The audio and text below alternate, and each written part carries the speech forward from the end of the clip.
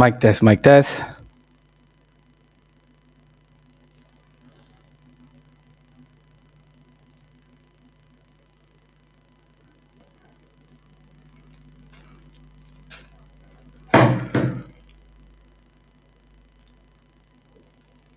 Well, ha ha! Let's go. Yes, yes, yes, yes, yes, yes. Sound is good. Let me check the sound on the Facebook. Give me a sec. You haven't been on in ages. Let's see whether the sound is right. Let me get the sound correct. Yeah, we sweet. We sweet. Oh my lord. Oh my lord. What's up, people? Woo! God damn, it's been a moment. Actually, it's not really been a moment. It's been months, isn't it? Anyway, guys, hang on. Let me fix this mic. Hold up. Holy crap. Am I pumped up to be live again, man? It has been way, way too long that I've been missing for the airways, and I know you all miss me. So just before I start, let me just give a quick confession here. Look, man, once in a while, your boy will also get into a weird headspace. All right. And I was in this weird headspace for at least a few months. And because I'm alone, it's difficult to get out of it. And I hate using the word that these kids use these days with the mental health bullshit because there's weak sauce. All right, there ain't hot sauce. There's tomato sauce. Nobody fucking eats tomato sauce over here, bro. We want that chili. So because I couldn't be in the spicy chili up, and I was in a bad headspace. Sometimes you just can't get out of it. You're just there, stuck there, stagnant. Your brain is, not working. Your heart's not in the right place. But that only happens for a while. It happens once in a while. But I'm back. Ain't no more shit. Ain't no more drama. Everything's sweet. And I have been watching the matches. I've been observing everything that's going on. But today, specifically, we finally have someone coming up and saying, putting an actual price on our bloody club so that we can finally give it up for sale. And well, there's only been one name been bandied about to buy our club, and it's sadly this guy called Sir Jim Ratcliffe. So today, the inbred Glazers have finally put a price on Manchester United, saying that they want 8 billion for the club. Just a quick reminder: the way we bought this club was totally leveraged, which means the Glazers never put a single cent of their own money to buy the club. They bought it on $500 million on a bank loan, and for the past 10, 12 years, instead of putting money in, they've been spending on players based on debt, based on the money that's in the club. But at the same time, for those 12 years, they'll be taking 11 million in dividends every year. So there's about 100 over million they've taken from the club. So now, I think the reason why everything's finally come to a head is because of what happened with what Ronaldo said back then. I think it's become so untenable for these inbred Glazers that finally they are forced to sell. Look, I think the previous figure was what 5 or 6 billion, right? That was when the club was in 7th or 8th place. Nobody wanted to buy us. Then now we're playing well under Ten Hag. Man, I think he's producing miracles. 6 months and we're already like title contenders. We can beat team like City, who's been solid for 10 years. I things are looking on the up, and I think that's why the price of the club is almost double now. I'm sitting down here thinking that I'm kind of disappointed with it. Because in order for me to see, look, I want the sale to happen. Sorry, I forgot to put it out there. I want the sale to happen right quick. I don't want to wait. I'm tired of waiting, and I want the sale to happen right quick. But I'm looking at this $8 billion figure, and I'm worried. I'm worried. I'm worried that it might be a long drawn, saga. They will go back and forth. They may want privileges. They may want kickbacks, cutbacks. Although the news said they want a total cut. They want to absolutely sell the club 100% and get out. But these are Yanks. We're talking about American Yank a-holes, who know nothing but profit, and they are terrible businessmen. There's no way they can hang out in their billionaire gang club and say they are successful businessmen when everybody hates them. Now, I saw this 8 million price tag and I was thinking, oh, maybe it's 8 million, maybe it's cut down to 6. Oh, 6 sounds okay, right? I think 6 billion sounds, I don't know, 6 billion sounds better than 8. I think 8 is just way, way too much. What do you all think anyway? Let me know. So, This 8 million price tag, in my opinion, is actually kind of a bit too high. And because we only have one buyer, if they are smart and they're trying to really sell the club, they wouldn't put it at this 8 billion valuation. I really am worried, man. I think, let's see here. We have still guys on top wages. Look at Sancho, is only 21, 22. He's on 350 a week. We have Bruno just signed new contract. Rashford, Martial's contract is also quite huge. De Gea, Varane, Casemiro, 350. I mean, almost everybody in the team right now is on like six-figure salaries. So if Jim's going to put $8 billion into the club, like, where are we going to save this money, guys? It's not. We're not going to be able to save this money anyway. Hey, what's up, Shashi? What's happening? Shashi, overvalues it, and then prices, etc., go up again. Oh, by the way, I'm also suffering from a bit of laryngitis, so pardon the voice. I don't know whether you can hear. No, I got fucking air bubbles in my lungs. Hold on. Everything. Once you get sick in the head, everything, your whole body just fucking breaks down. Anyway, bro, what I'm thinking here is like 8 billion is a lot of money to recuperate. 8 billion, our currency, my currency over here is about 60 billion. I mean, holy shit, man. That's Liberia's deficit right there in his pocket. You can save an entire country's economy. Bro, you could put that 8 billion into Sri Lanka and save the entire nation. You'll have generations and generations of Sri Lankan kids, Sinhalese kids, Tamil kids, Tiger kids, whatever, who will be so thankful for you for putting food on their table. See, camera also can't focus. For putting food on your table. But here we're talking about $8 billion to buy our club, and I feel it's really overpriced. Lah. Like that feel good factor will come. Okay, people start watching more, there's more attention. But I'm asking myself, will the attention come from new people or will it be the same people over and over again watching? We don't need that. Like I said in the previous pod, for the past 7 years, no young boy, girl, child, new person who started watching football, soccer, and is interested in the sport will be supporting us. We are shambles. They're all City fans and PSG fans maybe. They're all City fans, Madrid fans. Because Madrid won so many Champions League, right? City fans, Madrid fans, majority of it. Liverpool fans will always be there. I think maybe now new Arsenal fans are coming up, right? Now we're going to put this kind of money. We get rid of bad chi. We're getting some good chi. Are we going to get new fans? Are they going to increase the price of the tickets? We're not. You do that, you're going to get backlash again. And I don't think Jim is interested in money because Jim owns the Formula One, AMG, AMG Petronas team, right? The one with Lewis Hamilton, successful. He's got his own chemical company. He owns Nice in France. He's season ticket holder in this one. So, I'm thinking like, I'm really kind of worried, man. I think 8 billion is a bit too much. Man, you doesn't feature a leading news story. Now, for football or for drama?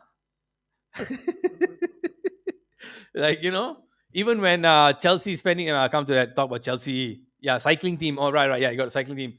So, look, man, I'm thinking 8 billion is too much. I think Manchester United should be priced more around 6 billion. I think then you can find buyers. Another thing to point out is why aren't there anybody else interested? Where's all this Arab money? Let me get my caption up. Hold up. Where's all the Arab money? I want some oil money in us. For real, man. Facts. I want some oil money in Manchester United right quick, please.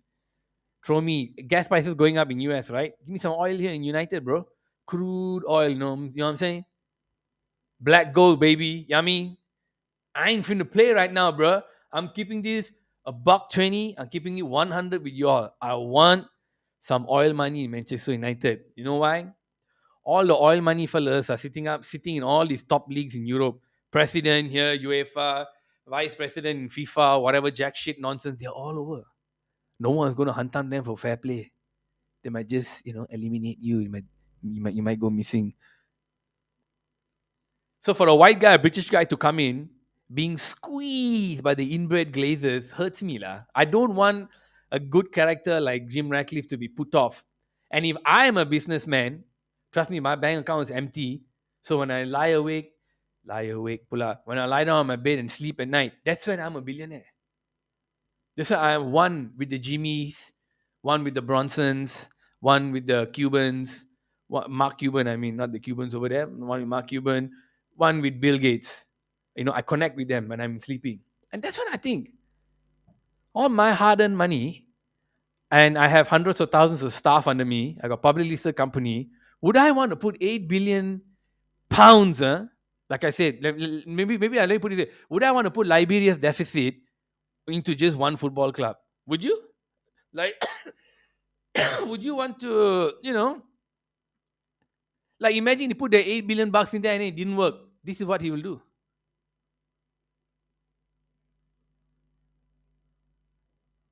That's why I want the oil money. So we can avoid this. You know what I mean? Let them take over the club. They will spend and spend and spend. They won't give a shit. Yo, Chelsea just spent 184 million. We'll come to that after. I want to talk about Chelsea. So, supposed to get my homeboy Kev. Hey, shout out to Kev. Kev was a bit busy today, Chelsea fan. I want to talk about Chelsea. Put all his money in, bro. Meanwhile, we are buying old players. Christian Eriksen, maybe I have to eat my words, but not yet. Season's not over. I said he's not the solution for us. So he's a good passer, good this, good that, good everything. But we should have got him 5 years ago, not now. Casemiro seems to be the best player that we bought. So 350 whatever for him seems worth it, especially when we only got when we lost that game against Arsenal, right? You want to put it on him? Maybe can, but I thought Arsenal were playing very well. So, what is a figure that you guys think is proper for the club? Okay, I'm putting it like 6 million, and I just hope that the value and the asking price comes down. Because after that Ronaldo expose, I can't see any sponsors being happy. The exposition was damning from same chefs for 15 years. Okay, fine, skills, they get better as they get older. What? Chefs don't get worse, they get older only and tired. Facilities are shit. I shared in my group the other day and on my channel, if you all want to go and see it, an interview with Jesse Lingard on the Diary of a CEO YouTube channel. Jesse Lingard. I love Jesse Lingard. That's my boy. You know what I mean? He is saying that, the club is shit. There's no togetherness. You can't even hang out or hang out at the club after you finish training because it's all run down. No modernization, no game room, no dart room, no nothing to hang out. You finish, you just go back home. He said sometimes after training you want to hang out at the club. He said you look at City across and apparently their facility is miles ahead of ours. Bro, that when I heard that, I just slumped, It was honest. It's a 1 hour interview. I recommend everybody go and watch it. You'll find out Jesse Lingard had, his mom suffered from heavy depression. I could probably understand a little bit of what she's going through. Mine is not so bad. I still got my shit handled. But his mom suffered from heavy depression, divorced from his father young. His grandfather brought him up. Grandfather was tough. His mom was a gymnast. So you know how tough gymnastic is. So his grandfather was very tough on her. And even when he was a successful football player, his mom had to be hospitalized. Now, this is a guy who's very sensitive. He's got a lot of feelings. You know what I mean? And he's saying the club is shit.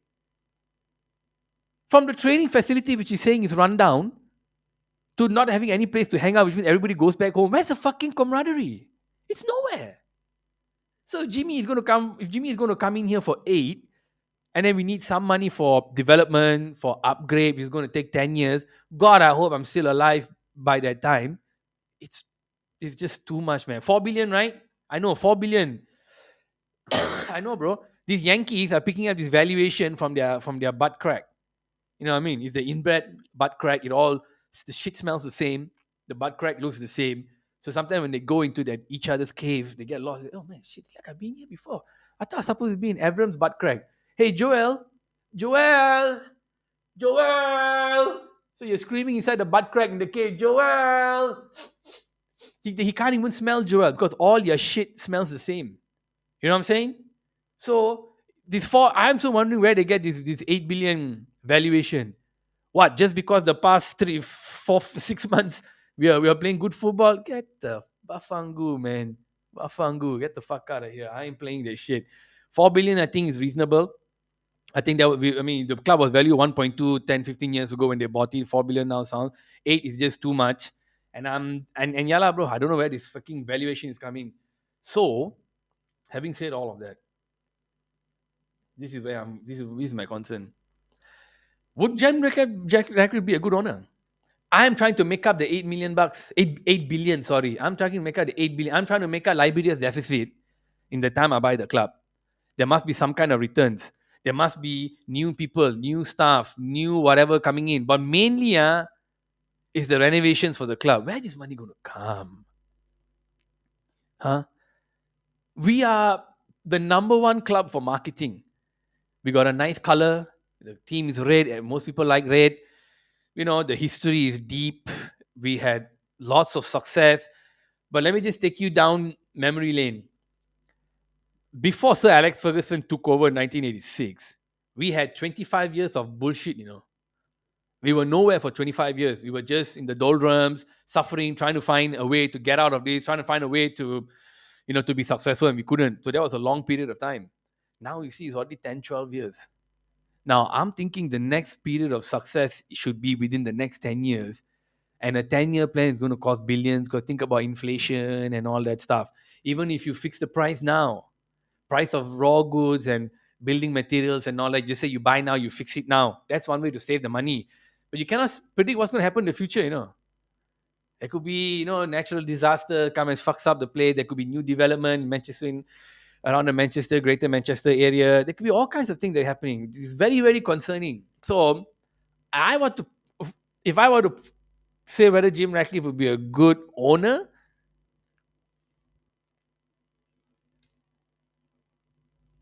I think I reserve my judgment. I know it's very easy to get carried away now and say, no, Condram, he loved the club. He's a fan of the club. Blah, blah, blah. Season ticket holder in Chelsea. But in all honesty, better wait and see. Better wait and see. The only time I think I'll be 100% assured things are going to be rosy rosy as shit if you get some of the oil money in. If you get some of the oil money in, no concerns, baby.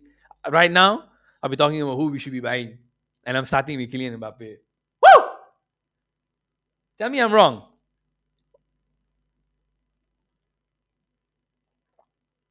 Okay? So, why do you guys think nobody's buying Manchester United actually? If I want to know. If you're not watching it now, let me know in the comments later if you all see this.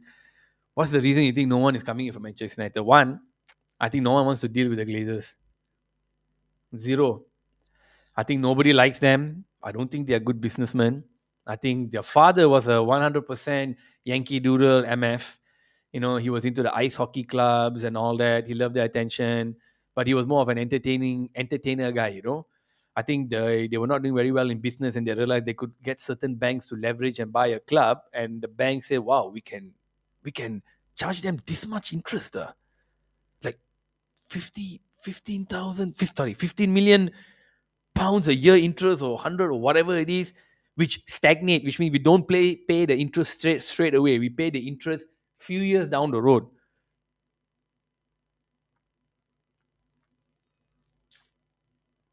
That's an unbelievably sweet deal.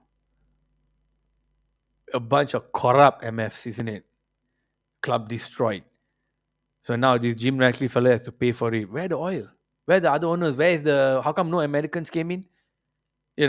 How come David Beckham his own club line, but how come no one else came in? Okay, Russians can't buy anything now, fine. Where all the Turkish billionaires, the European billionaires, who else? Maybe the Malaysian billionaires. Fat freaking hopes. All the Asian billionaires, no more Taksins over here. Shinawatra. Huh? No more. What's the fellow Thor? The one who bought Inter Milan. What's the Indonesian fellow? That family no more. Weird, right? I haven't seen anybody ask this question. No, how come no one else wants to buy the club? You know? Probably because what Shashi said, everyone's paying billions, invest, masuk keluar, we selling crypto and all that shit now. Oh boy. Let me tell you something, man. Let me tell you. Crypto companies want to come, we want to sponsor them. Dude, got a lot of money in crypto. It's all scammy, slimy, sleazy, unregulated, free open market bullshit. Okay, Jake, you all. I hope you all have seen the Jake Paul scam. Follow my guy Coffee Dealer on YouTube. You see what I'm saying? I have no problem with stupid crypto companies coming and sponsoring us. I take their money. I take the money like this. I don't give a fly. Why should we? If they want to scam, they want to throw it for publicity, and stupid people are investing in it, you go right the fuck ahead. Okay? See, I say a fucking thing. So I'm not saying crypto is a bad investment. I'm saying crypto is a bad investment. Right? So I'll take it. So we can make some money from there, I'm sure. There will be some kickbacks and all that a lot, especially if the club does well. Like I remember, I think the Adidas one, if it did well, they got another 20 million or 25 million. That's still money, in the long term. So now I feel the other businessmen are looking at Manchester United and thinking this is a scam price. This is bullshit. This is nonsense, and there's no freaking way that I'm going to pay $8 billion for this fucking club. Okay, with the facilities stuck in 1992, cannot. So price is way overpriced, guys. I think 4 billion, like Shashi said, good enough. If it's not 4 billion, maximum again the focus, but maximum 6 billion. Now, fuck all that. Let me talk. What do y'all think about this whole saga, guys? I think it's it's freaking comical. Freaking comical. First want to buy, then don't want to buy. Then the price is 4, 5, or 6, or whatever, and then suddenly it jumps to 8. And now I'm buying. Okay, now I'm buying. Not forgetting that we're kind of public listed. Their shares, Manchester United shares. I just don't know how this whole fucking thing works, man. But I just think it's just 8 billion for us right now, when we're trash. You gotta admit we're trash. You gotta admit we're trash. Fucking straight up trash Adams is too much. Okay. Shall we talk about Wout? Or let's talk about Wouty, Weggy. Let's talk about Weggy. I uh, he's nowhere. He's not doing anything. All I see him doing is running back and standing in the middle of the field. Like you guys even I'm sure you guys saw it also, right? And I'm sure some people say, no, he's playing his role. Okay, he's doing his duty. He's playing his role. In Premier League, you need to drop back and defend. We don't want like a Ronaldo not dropping back and defend. Wait, Weggy is a freaking goal scorer. He's a forward. But in the 2 games I've seen him play, I hardly. Did he receive? Did he have a shot on goal? Fuck, I forgot to check. I know I can. Did he have any shot on goal? Did he have any headers that a goalkeeper needed to save? I can't recall. This is the guy supposed to come, be the, plug in the gas, be the target man. Not, I won't go so far as to say they made him like a savior, but they touted him very highly. But what the fuck has he been doing? I felt he's not been doing anything. Don't forget day one, Martin and day one. Yeah, true. They and true. And what's the next one? In fact, day two. But here's the thing: they were playing defense, where the entire backline was in total shambles. Harry Maguire had no form; he was still playing. His seconder, Lindelof had that heart problem. Came back, never the same. Varane here and there. Varane is fantastic, but when he's fit, right? Yeah, we spoke about it. When he's fit, when he's there, he's fantastic. When he's not, Maguire was in bad shape. So when Lisandro Martinez came in with the pace of the Premier League, I understand it was very hard. The teams that we played against that gave him a hard time, those teams were solid. They've been playing together for a long time. They knew attack Harry, attack Lisandro. But when Lisandro played with Varane, he played very well. However, in this my opinion, I feel Weghorst was a striker. He should be spending most of his time up front. Instead, I'm seeing him behind most of the time. Man, what the fly are you doing at the back? Defending, bro. Like that day, the game, the one before Arsenal, Crystal Palace, the 1-1. Didn't you notice all the Crystal Palace players were marking Anthony? Arsenal also, they were marking Anthony. Whenever Anthony had the ball, like 2 fellas, 3 fellas on him. I was shocked, man. I said, oh, okay, all right. Like the manager didn't say, oh, Wout Weghorst is in front there. Make sure two guys on him minimum. Bafangu. No way. So if he has defensive duties, what the fuck we buy him for then? No, seriously. Like the good things about Wout was he had nice one touch. Oh, very nice, man. The layup, pop, pop, layup, run to the form, pop. Bruno will give it to him. He'll give it to Casemiro, Fred, Tommy, whatever. Lay it up, run, pass to Rashford, one touch. Very nice one. The one touch was beautiful. So I'm like, okay. So the boy knows how to pass. Where the fucking goals? So is the problem Manchester United players don't know how to find him in the box? Is he not used to the pace at Premier League? Does he still need to fit in? So I already got three excuses here. The fourth thing is, then why the fuck do you buy him? This is all pointing, guys, to a spectacular failure in the transfer market. We try to get Gakpo, Hakpo, right? Okay. Let me say, I don't think Hodi Apo is the savior of Manchester United. He's not he's not some world class freaking, striker who's going to come fit in, be like some killer champion, immediately make an impact. I didn't think so. And I was wondering where they were going to play him up front or what. But he hasn't really shown for Liverpool as well. But you put everything into context, the fact that we lost Nunes, somebody else, I forgot his name, and then now this fella, when they were all our top priority to buy, this is something I think a case to be alarmed with. This is something that we need to be concerned of because we're ending up buying all these second grade strikers. Not to forget, Wout was in Burnley, right? Brighton, Brentford, Burnley, whatever, one of the B clubs. He was in Burnley. I remember when they bought him. First game didn't score, second game scored. Thinking, wow, this fellow not bad, huh? Actually, he can move. Next thing, I didn't even realize he was loaned out because apparently it didn't work out in the Premier League. But a guy who didn't work out in the Premier League for Burnley is now Manchester United's number one striker. Don't talk about Martial. Martial, we should really sell him after the end of the season. Seriously. He's here. He paid his dues, but he's just crocked all the time. So we should just get rid of him. So now Wout Weghorst is our number one striker, and this is how he's playing. I'm worried, man. I'm worried. Lots of matches coming up, back to back, this, that. Everyone needs to be fit. Everyone needs to learn how to play.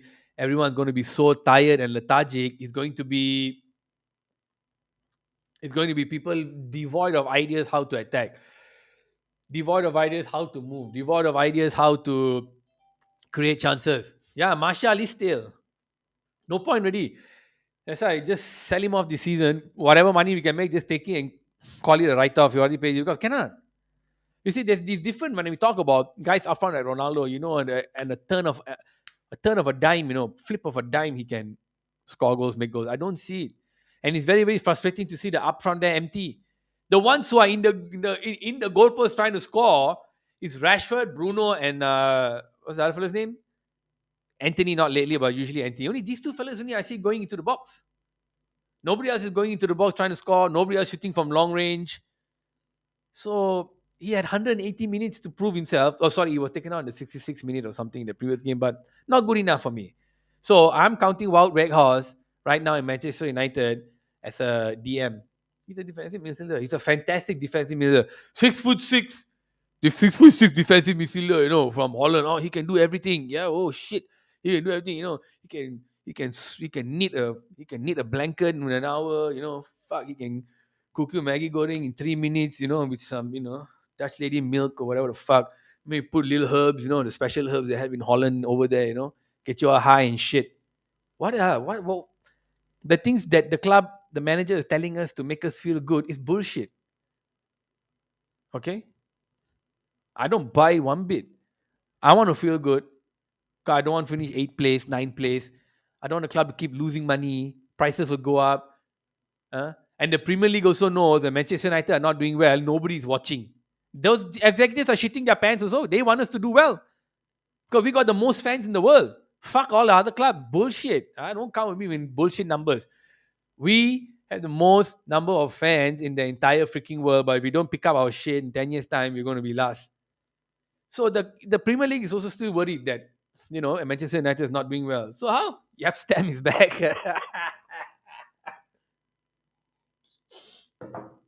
Wout shaves his head, puts on a little bit more muscle on his thighs. He's Yap Stam. Yap Weghorst. Wout Stam. Hey, Wout Stam. Wout Stam.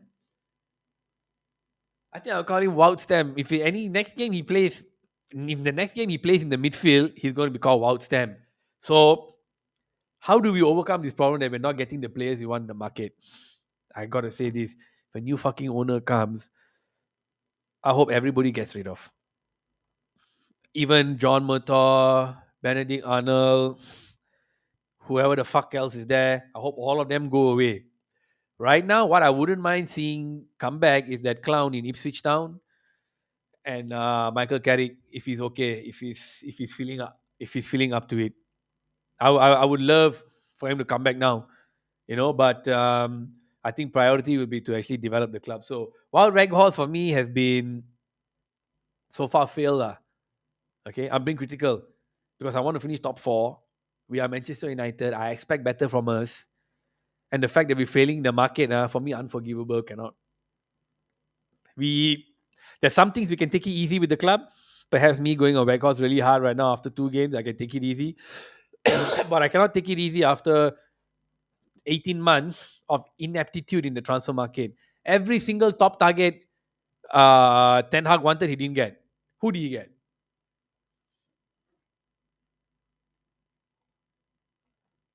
Who did he get? Frankie de Jong tak dapat. Hodi Gapo tak dapat. Darwin Nunez tak dapat. Who else tak dapat? I'm sure there are a few more, right? They went for, we didn't get. Were there some defenders that we went for, we didn't get? I know they were looking for some goalkeepers also, but they were not so serious.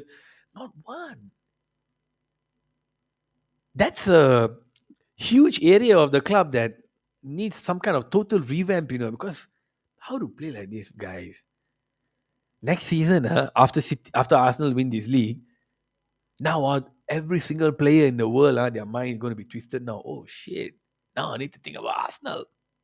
Arsenal came for me last year. Arsenal came for me in the summer. I don't want to go because I don't like Arsenal. Oh, they like the stadium. But now Arsenal won the league. Arsenal's team, so many are young. Yo, that Saka goal that day, I hate it. Manchester United brings out the best in all these other freaking clubs.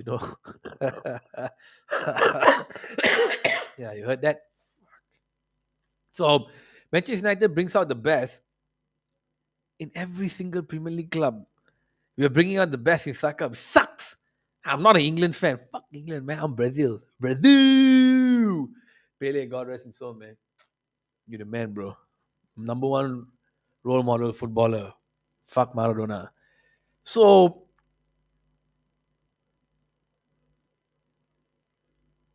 I don't know, man. I just lost. I'm losing my train of thought. I'll tell you what, lah. If when this summer comes and the transfer market opens and all the players who want to leave the clubs want to leave, all the clubs who want to sell their players want to sell, the one thing that won't change is they will still look at Manchester United as a piggy bank. Okay, so even though we're not playing well, we're not winning titles and all that, they will still charge us a premium to buy those players. Whereas when they want to deal with City and whoever else, they seem to be dealing better with them. Which is why I'm thinking there's some kind of something happening behind the scenes, that we as watchers, consumers of football, we don't see, that is really affecting the club. You know how sometimes things can be subliminal behind the scenes, happening subconsciously, that you don't realize, but when you're in there, you feel it, that aura. I think that's happening all over the football world. When Todd Bowley came and when Todd Bowley wanted to buy the London Cowboys, one of the first things in his interviews, he said that, I noticed that there were a few top agents in this whole industry that you have to deal with and they hold you to ransom. That's why I said this football transfer market is a mafioso market. And FIFA is the Don Corleone. FIFA. They recently lost one of one of the founding fathers, no, the Bonucci. I'm going full Sopranos. Got the Bonucci family, or what are the other crime families? The Pantangelo, whatever the fuck, right? Is that Pogba's agent? Okay. Another one, third one is Cristiano Jorge Mendes. They're all mafiosos. He said it's so hard to deal with them because the prices are so inflated. But the London Cowboys have spent $184 million pounds in this January market. That's one third of what every other freaking club has spent. I mean, I don't know how much we bought Weghorst for. Fucking for I hope we pay only 3 million or 1.5 million for him. It's nothing.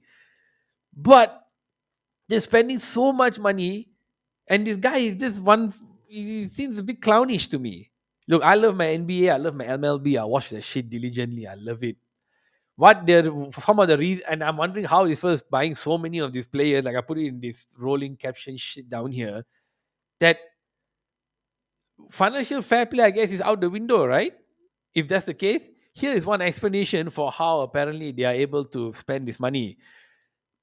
Chelsea being able to splurge on players and stay within FFP financial fair play rules by spreading out the cost of the signings over long contracts. Ukrainian winger Mikhailo Mudryk was given the longest deal in Premier League history when he signed for 8.5 years. His 88.6 million pound move from Shakhtar Donetsk. Guys, for all of you who are not sure, 8 year, 7 year, 10 year contracts and all that are contracts that you see in Major League Baseball. Okay, good players in Major League Baseball right now are signing on average 250 to $300 million contracts. They're getting paid 25 to 30 million bucks a year. They're signing 13-year contracts for 350. The highest one recently was 14 years, 440 million. Just let that sink in. 13 or 14 years, 440 million US dollars for baseball. That's how much they're valuing talent over there. And they're signing these players all the way until they're age 40, 41 when they can't play for shit. And most of the contracts are backhand heavy, which means they pay you maybe 20, 28, 29, 30, 32, 36. And then towards the end, you get the 45, 48, 50, backhand. When you can hardly fucking play. You know why they do this? So they sign you to the same club, they keep you there, and then later on in the future, when they make trades, your salary is the other club's problem. But most of the time, what happens is the club that actually made him sign their contract with them will end up paying half, or they will have deferred payments. I mean, they say, okay, your last year you'll be 41 in 2025, right? Cool. This amount will be paid to you up to 2025. In 2035, 10 years down the road, you will be owed 100 million, 60 million, 80 million. So that's what they do. Todd Bowley bringing this into the Premier League might just change this whole transfer market thingy. Like football players don't sign that kind of long contracts. Where? Now you got a young player who's willing to sign an 8 year contract for 88 million. I think that's not wrong. You could get injured, you cannot get the money. What? You got 88 million on the table now, pounds. Your agent takes 15, you pay, whatever. You're still gonna take back 60. Wow. That's East Timor's deficit in your pocket. I'm serious, man. So I feel like Todd Bowley. Do you guys think that this kind of long-term contract, anybody out there watches this later or here now, like, do you all feel like this kind of long-term contracts might be the norm in football? I think that not many people like Todd Bowley. Billionaires always have hate, jealous of each other, so don't really support each other. They want to beat each other's ass. I don't think they're like a Yank. No one like the Glazers. Glazers never engage with the fans. I don't see Todd Bowley thus far engaging much with the fans because he feels they have this superiority complex. They feel I paid. I'm the man. I'm like Jerry Jones, of the Dallas Cowboys. Jerry Jones is a nice guy. Jerry Jones is a cool guy. Forget about that picture back in the Prohibition days when he was standing there with the black guys and all that. Don't know any of you have been following that or not. But if you look at ownership wise, none of the Premier League fellas love the Yanks. I feel the British people and all that, you say have a bit of friendship, like the West Ham owners, Wigan and all those Blackburn guys and all that. But no one has love for the Yanks. They're very arrogant. They're very brash. They think they're very smart. You want to change fucking Chelsea or London Cowboys? I'm waiting for it. I would love nothing more this year than when the season is over. He said, next season we're going to call Chelsea London Cowboys. Oh my God, guys. I can see the avalanche of, of shit is just gonna hit the fan, just explode all over. I'm gonna be. I've already started already, man. I mean, I'm not. I've already loved these London Cowboys.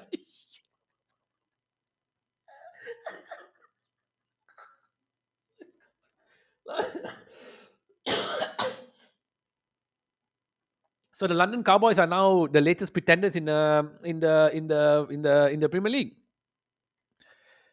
He's not afraid to spend the money.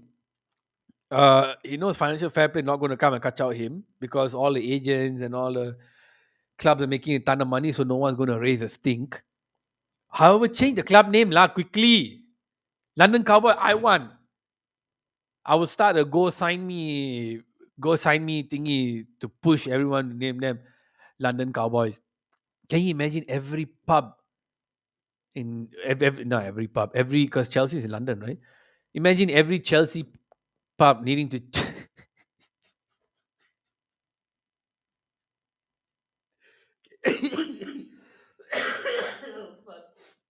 Can you imagine, like the Texas, Texas bars with the fucking bucking bronco, in the middle, bitches standing there, bikini going around in circles, and with these English fellas drinking like fuck, unable to control their temper, losing their mind. Can you imagine the shit that happened in the Chelsea pubs in London?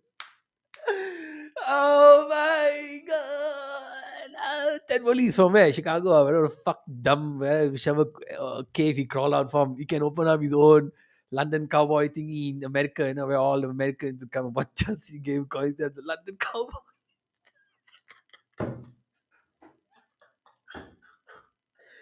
Oh my god. It tickles me so much, lah. But I like it.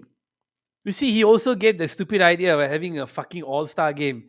That shows how that, that shows how ignorant he is.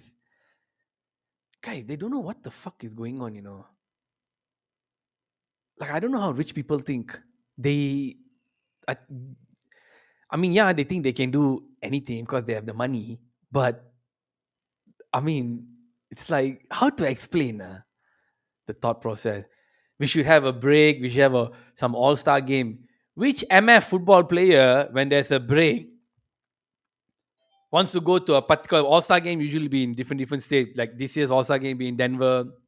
Sorry, last year's one was in Denver, Cleveland. This year, Denver. All Star game, different states lah. Oklahoma, LA. Imagine, all right, having to travel to Brentford for the All Star game.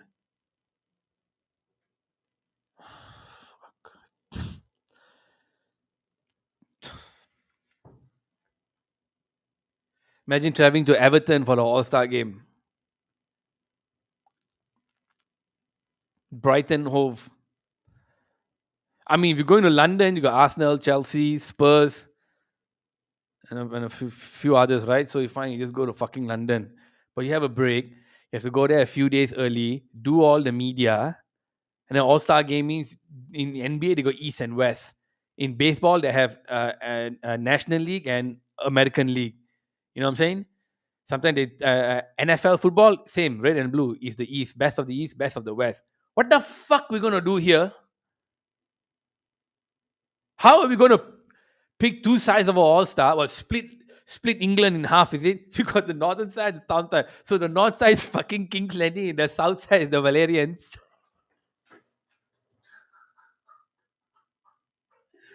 Oh shit, man! I don't even know how. I don't even know how you would start. I don't know how you would start trying to figure out how an all-star game will be done. If you okay, just say you put a pool of all the players and then you take two captains and then pick. And then what? This captain's plays against that captain play don't make fucking sense. So you see, he's got a mouth, he's got a lot of money, so he feels he can say whatever he wants, and they got no shame. Thought this American first got no fucking shame. You know how many people are laughing at him? Me, you, and everybody else. So now he's coming into Chelsea and putting all his money to buy players. I still don't think Chelsea are going to be a force to be reckoned with, at least not this season. I think Graham Potter's time is I think Potter's time is up. He most likely might go for Conte, Pochettino. He can try and times Zidane, but Zidane is a lazy fuck. He doesn't want to work in a cold country, so fuck him. And I think he's going to get a new manager in, but I don't think they're going to go anywhere. That's my 2 cents of it. Chelsea fans may be more optimistic because they are buying and buying and buying and buying and buying. But let's remind them about Nottingham Forest, which is why I'm going to segue into next. We are about to play Nottingham Forest in the semi-finals of the EFL tomorrow morning, right? Yeah, later in a few hours' time. Ten Hag was asked today whether what he thought about winning titles, whether it's important and this and that. Let me say this, lah. For the team that we have now, I think the only thing that we can probably win is this bloody EFL Cup, and I like them to win it. I think winning the EFL Cup won't make a difference for De Gea, won't make a difference for Martial, as Rashford, sorry, won't make a difference for McTominay, won't make a difference for Shaw, won't make a difference for Harry Maguire. And am I missing anybody here? No, I don't think winning the League Cup will make a difference for half of our team because they've already won better trophies like in the FA Cup, especially Rashford, De Gea and all. They won the FA Cup with Mourinho, what they were there. Even Lingard was in their team. Lingard loves Van Gaal. Van Gaal also won a cup for us. Sorry. Mourinho won the UEFA. Van Gaal won the FA Cup. So winning the EFL won't do shit. What it will do is we have that experience now in our heart, in our pocket. Save memory. Okay. File C. EFL winning 2023. File, save. And then you take it, you extract it, you put it into your hard drive. After you put a hard drive, you make a copy and you shove it up your butt crack, all the way up to your brain, right in your brain, so you don't forget. So you don't forget the experience of winning. When things were bad in that cup final, what did you do? Oh, Rashford, the final against this one, he instead of cutting to the right, he preferred to cut to the left. I think it was the atmosphere, the people and all that who got into the in it, So you remember this thing because all they do is play football.